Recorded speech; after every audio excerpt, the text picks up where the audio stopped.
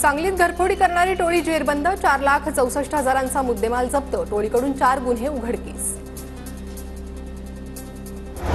मालेगाव बाजारात तीळ 200 तर गुळ 70 रुपये किलोवर। मकर संक्रांतीनिमित्त मागणी वाढल्यानं दरातही वाढ, रेडीमेड तीळ लाडू खरेदीवर गृहिणींचा भर। नाशिकच्या सटाणा तालुक्यातील औषधी वनस्पतीचा खजिना दुर्लक्षित, साल्हेर आणि मुल्हेर किल्ल्यावरील 78 दुर्मिळ वनस्पती धोक्यात, वनस्पती संवर्धनासाठी अभ्यास केंद्र उभारण्याची मागणी। हमी भावाने सोयाबीन खरेदी करण्याची मुदत वाढवावी, सांगलीतील शेतकऱ्यांची राज्य सरकारकडे मागणी। जिल्ह्यात खरेदीचे 2च केंद्र असल्यानं शेतकऱ्यांची अडचण।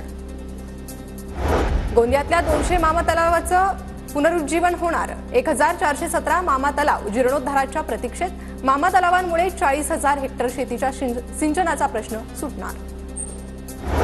ग्रेटर फ्लेमिंगोचं साताऱ्यातील सूर्याची वाडी तलाव परिसरात आगमन, फ्लेमिंगोसह 50हून अधिक प्रजातींचे आकर्षक पक्षी तलाव परिसरात दाखल। थंडी पुन्हा परतल्यानं द्राक्ष पिकांना मोठा धोका निर्माण झालाय, तापमान 10 ते 12 अंशाच्या दरम्यान घसरल्यानं नाशिकमधले द्राक्ष बागायतदार चिंतित। परभणीच्या मानवतमध्ये कापसाला मिळाला सर्वाधिक दर, 7,300 प्रति क्विंटल दर मिळाल्यानं शेतकऱ्यांमध्ये समाधान।